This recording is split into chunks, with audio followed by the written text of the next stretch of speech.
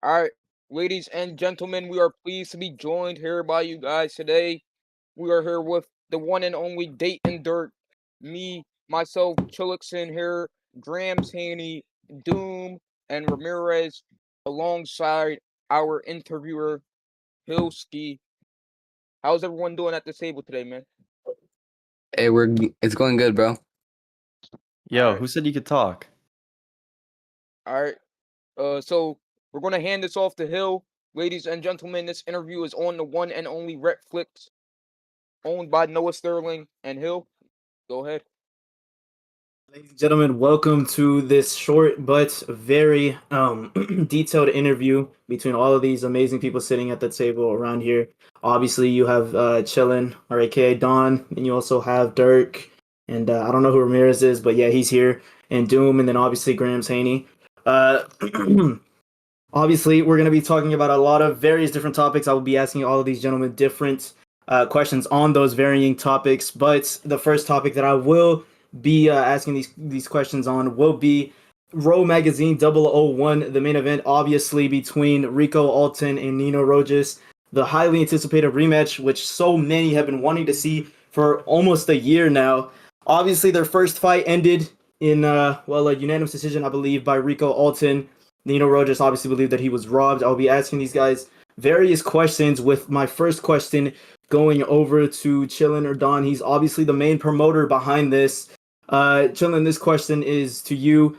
All right, the first fight went to Rico Alton by unanimous decision. From a promotional perspective, why is this rematch different, and why should fans care more this time? So I want to first off start off this question by saying this. I'm not the main promoter here. That's me and my boy Dayton Dirk. We're doing this at a 50-50, but I'm gonna get to this question here, not take up so many of your time here. But I think that this rematch is going to be bigger than the first time because I feel as though the first fight brought a historic bout, but the fans did not remember it as much or as so. So I believe that this bout now is going to make the fans remember that they had two fights, a possible trilogy in the future, but because they're basically bringing out our promotion. We're at over 140 something interest on this event, and it's probably going to be more when it happens. So with them bringing out our promotion, their name is always going to be attached to our legacy, and our name's going to always be attached to their legacy too. So I believe that's really a reason why that's want to make this match even bigger than before. All right. Touching on what we just left off with, or on what Chillin just said about the 140 interest, this next question will be going to Dayton Dirk. Dirk, obviously you have quite a bit of experience in the league owning scene. You've ran quite a bit of leagues. Obviously this first one has probably been your best one yet, with 140 interest on the first ever event. What are the plans for Row Magazine down in the future? Well, I mean, there's a lot of leagues. Boxing beta is by far like one of the most competitive spaces to get in. Um, out of all the Roblox sports, this one's definitely one of the most competitive ones to get into right now. And we just want to make sure that this league feels different than any other one to come before. One belt per weight class, the best fights the best. And, we're backed by a lot of money, thanks to all of our sponsors. And honestly, we're ready to finally shake things up and really make a statement, especially on September 28th. Once they finally get into the ring, Rico Alton and Nino Roja, we're gonna make history for sure. All Sure right. thing. Were you gonna say something? No, no, no. All right. Next question will be going on to Chillin. All right. So obviously, like I said earlier, the first fight ended in a draw, which a lot of people saw controversially. A lot of people said that the judges were possibly paid off or rigged, or a lot of people just didn't see it Hold the on, same way. That what would you say? Okay, I guess. Yeah, I'll just direct this to you, Dayton. I think he went AFK. Anyways, continuing with what I was saying, a lot of people said the judges were rigged or whatever.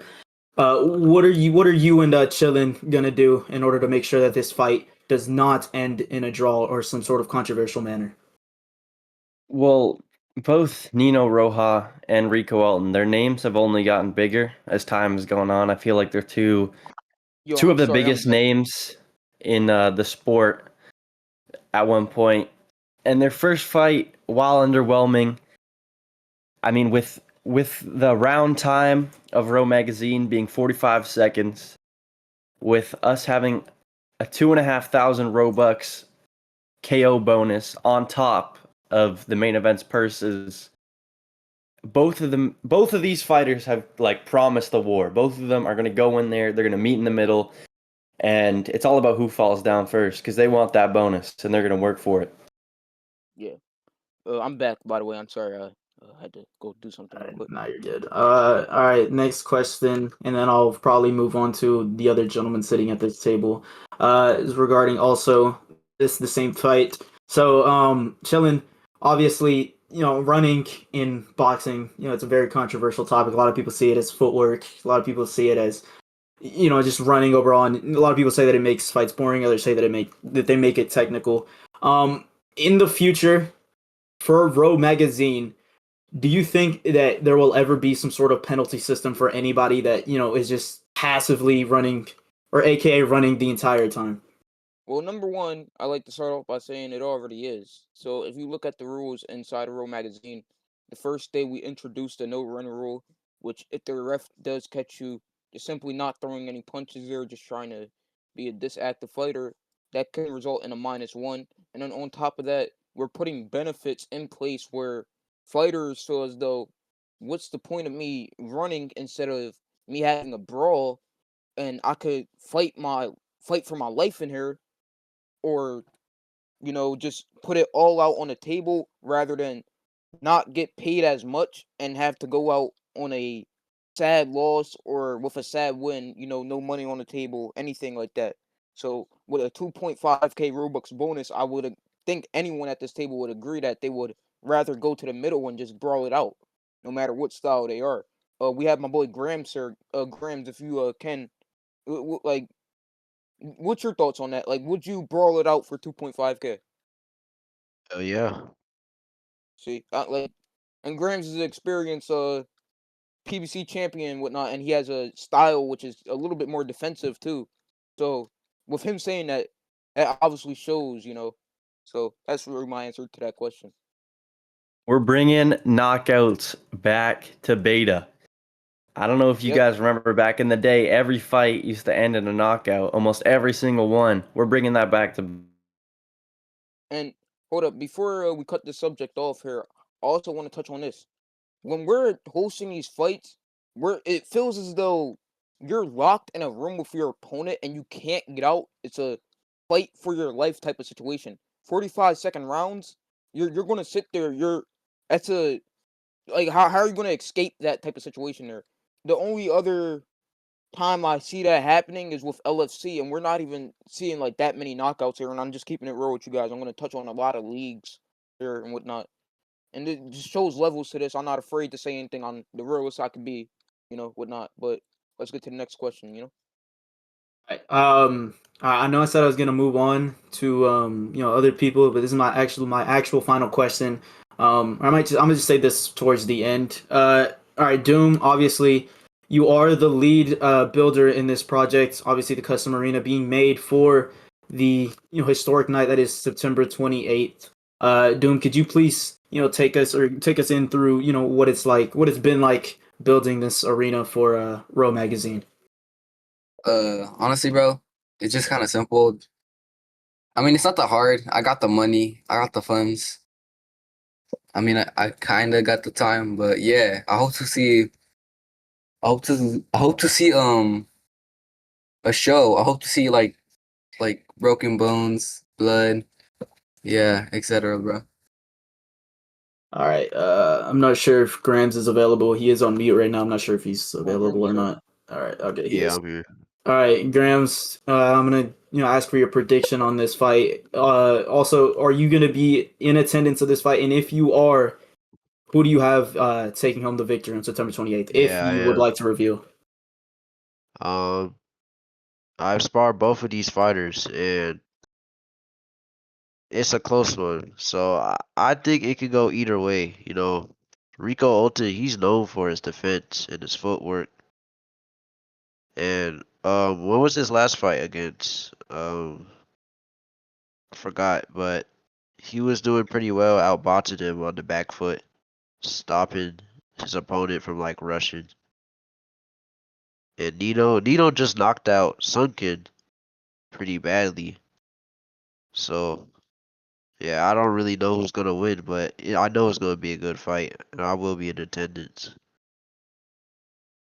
We actually do have an announcement for Graham's coming soon. Um, hopefully, we'll be able to announce it at the upcoming press conference tomorrow. That's our main goal. We're trying to make a big announcement for Graham's because we're trying to get him back on track. We're gonna make him the superstar that we all know that he is, and Yes. silence all the doubters.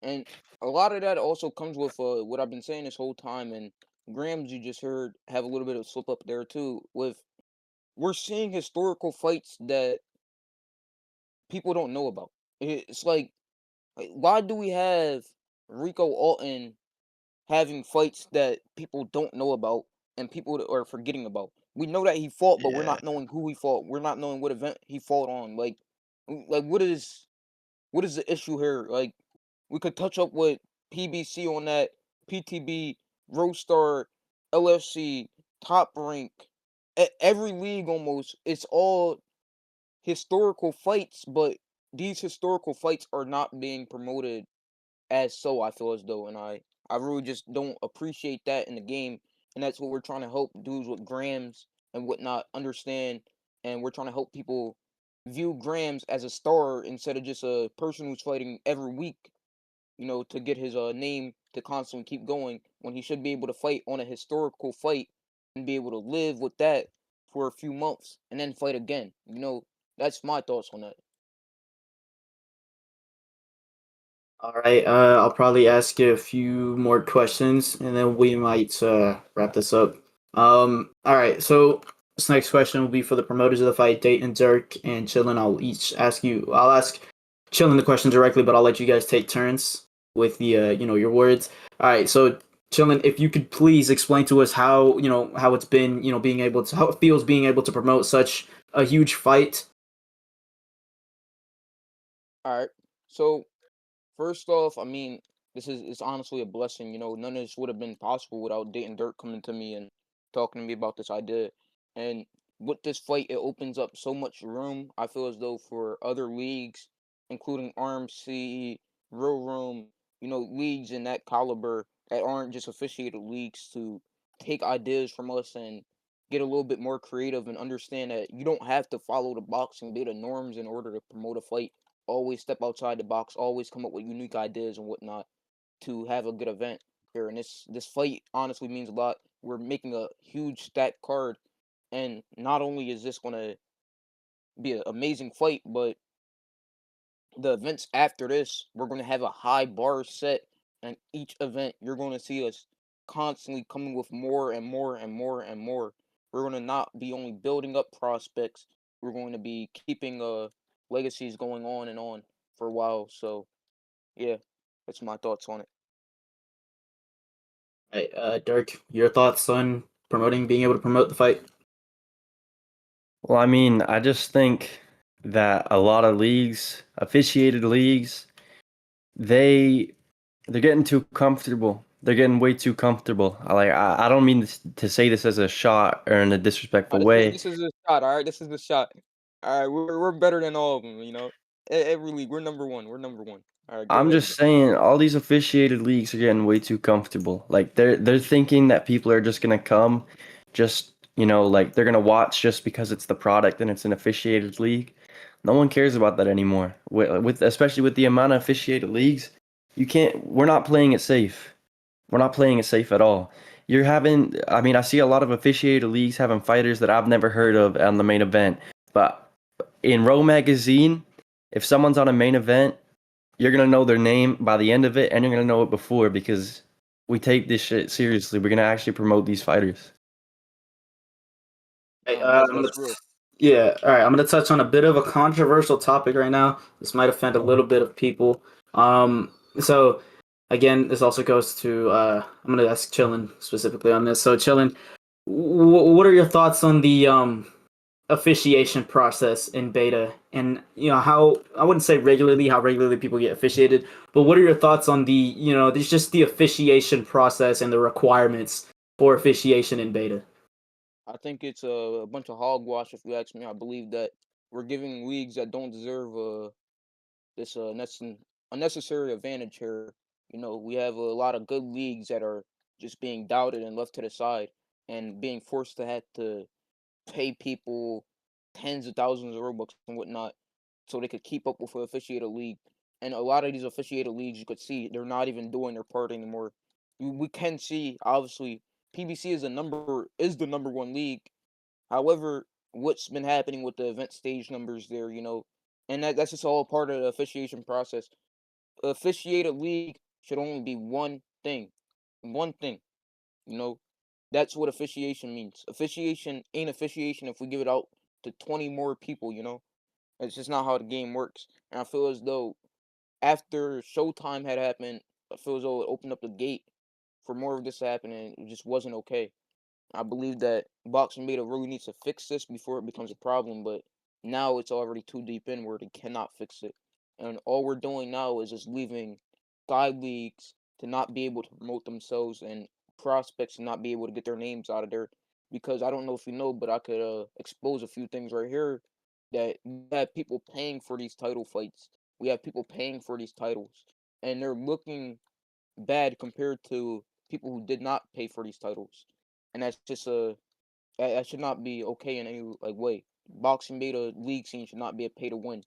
I feel as though you need to train hard to get up there with people. You need to work hard, and that way you need to be able to promote yourself, not just pay to get a belt somewhere. Another thing I want to touch on while we're talking about it is if you want to make it big in Road Magazine, like we're not looking for your name value. We're not looking for anything else besides how the fans perceive you and the performances you put on in the ring. We want the best to fight the best, and if someone's going to be crowned champion in our league, everybody's going to know their name.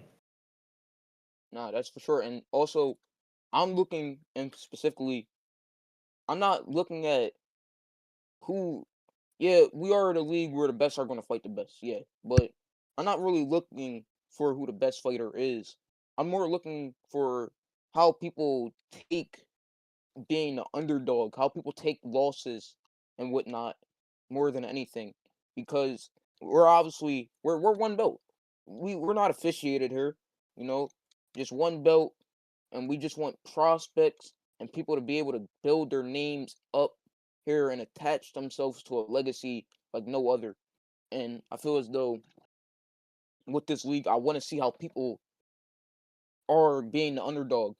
I want to see how people perform being the underdog, really. We could look at Leroy Davies. He performed amazingly, whatnot. Rolly Ribeiro, even Yaz and Adula. Now he's a PBC champion. I want people like that. When they lost, they kept on going, kept grinded even more, made the fans like them even more. That's what I'm looking for. Hey Bruce, Yep. yo, I low-key agree on what you said, how boxing beta is officiating too many leagues. Like, I'm not trying to be like fucked up and shit. Like, every league deserves a chance, but like they officiated too many, like Queensberry Promotions, Golden Boy, Premier Ring Promotions, GTB, and Bazin or whatever, and also RBU. Like, no disrespect on any of those leagues. They're all good. Like, every league deserves a chance, but like they're But they're not like that good. Like how you said, their fighters pay to go main event, and honestly, I don't fuck with that at all. Like dead yeah, ass. Like uh, I think uh, every fighter needs to earn their way to main event. yeah. Cause I feel I had a a couple champ. people DM me on that, like saying, "Can I pay my way to main event?" And I'm like always saying like, "No, like that's not how it works. Like I ain't giving a random person a main event just because they paid me. Like you need to work your way up just like everybody else." Yeah, a chance isn't necessarily, we have to give every league a officiation. A chance is where you could spotlight those leagues that are not officiated, but still make sure they're at an even playing ground with every other league there is. Because if you look at our numbers, 300 in a week, we're set to hit 400 before the week is over, right? Which is Sunday. So we're gonna go from 300 to 400 in one day, right? So you just have to imagine that. Now, do we deserve officiation for that? Back then, I would say no. Now I would say yes because we're breaking these records. This is probably going to be one of the biggest debut events there's ever been in beta history alone. The Yeah, biggest debut not even event. Hey, I probably. completely agree on that. Like honestly, like you're actually deserve officiation after this. Like after RBC fell off, you just like come back and like got like 200 people like into the event already. Like 300 members, so you already got 300 members in less than a week, which is like which deserves officiation. Like And then you honestly, could also compare everything to these other leagues. Now, when you join a officiated server, you see what's inside of that, right? But then you also see you could compare it to a league like Row Magazine. I want you to compare a lot of these officiated leagues to Row Magazine. Look at the way the channels are set up. Look at what's inside of those channels. Look at the streaming service. We're on Retflix right now. Look at all that stuff. Look at the news posters. Look at the graphics. Look at the pay. Look at the events. Right? We want you to look at that and really determine, are we really at these leagues to become legacy or just to get a quick belt that we could flex in the private servers and public servers, right? Because now what we have essentially is that people, they don't even care about anything else besides just getting a belt, and then eventually they get bored of the belts. These new officiated leagues, all that's going to happen is they're going to get bored of the belts, and that's really my ending subject on this whole officiated leagues and whatnot. And yeah, yeah, bro, I agree on that. Yeah, like dead ass. Like honestly, matter of fact, I'll just like in my league, if we get officiated, I'm not saying that we will, but if we do, I'm gonna not make it easy. I'm not gonna like let people buy belts. I'm gonna make them earn it the hard way. hey, Doom, Like shout out to you too. I'm not even gonna hand them out like candy. Like I'm gonna make it hard. Like I'm barely gonna give out title shots, and I'm gonna give out title shots to people who deserve it. Like they gotta prove Yeah. to me that they want a title shot. Like I ain't Hey, gonna like hand them out like PBC, yo, Doom, like shout out giving to belts to Server. randoms. Shout out to Yo, I what? shout out to also Server. I also agree like Oh on yeah, the shout out working to your Bro way up to Magazine. your belt. No, no, no, no. Shout out to RMC guys. This guy's Oh shit, this my guy's fault. rap. I thought you meant Yeah, oh shoot. you guys could DM Doom. He's the owner of CMT. Thank you so much for letting us use this map, by the way, Doom. And what he was touching Yeah, of on course, is a bro. big subject here, whatnot. So I want to give props to everybody at this table here. We like to thank Hill, Doom, Grams, Dayton Dirt, Ramirez, especially Noah Sterling for filming this here on Retflix. And then shout out to all the security guards that are here right now. All these TMBP guys, whatnot. Is there anything anybody else like to say? Here, Grams, Dirk. Anybody like to say anything else? I just want to say, 28th, you guys better be watching because if you're not watching, you're gonna miss out on history. Yep. Grams, want to say Okay. anything? Yeah. Just really Yeah. quickly. I, oh yeah, you could go ahead. No, just really quickly. I do agree with everything about the whole leagues thing. I think we're awarding mediocrity a little bit too much. That's really all I had to say about that. Yeah, for sure. Grams, go ahead. I was saying y'all should just tune into this league. This is very advanced, more organized, and yeah. Doom, you All want to say So right. anything? Anybody else have any questions? Chilling. Dirk. Doom. Grams. Anybody? All right. Yeah, bro. No, you got it. I'm just gonna say shout out to my boys at Bro Magazine. They honestly like most organized league I've ever like been in. Like shout out to them, bro. They deserve it. All right. And once again, ladies and gentlemen, you could catch us tomorrow at 2 o'clock, I believe, right, Dayton? Yep. 2:45. 2:45 Yeah, clock Eastern 2:45. time. Yep. Grand Rivals, ladies and gentlemen. We'll be having a lot of interviews there. Shout out to Retflix. And then you guys could also catch history being made live in action on the 28th. Don't miss out. Biggest road boxing debut event there has ever been. We will see you guys there. And with that being said, love. Yep. Yep. Thank you all for tuning in. We'll see you guys Saturday, September 28th, the biggest debut event in the history of boxing beta. I have been your host, Hill. We will see you all tomorrow, 2:45 p.m. Eastern Standard Time, 11:45 p.m. Pacific Standard Time for the official first ever media event, Grand Arrivals between Nino Rojas and Rico Alton. Thank you all for tuning in.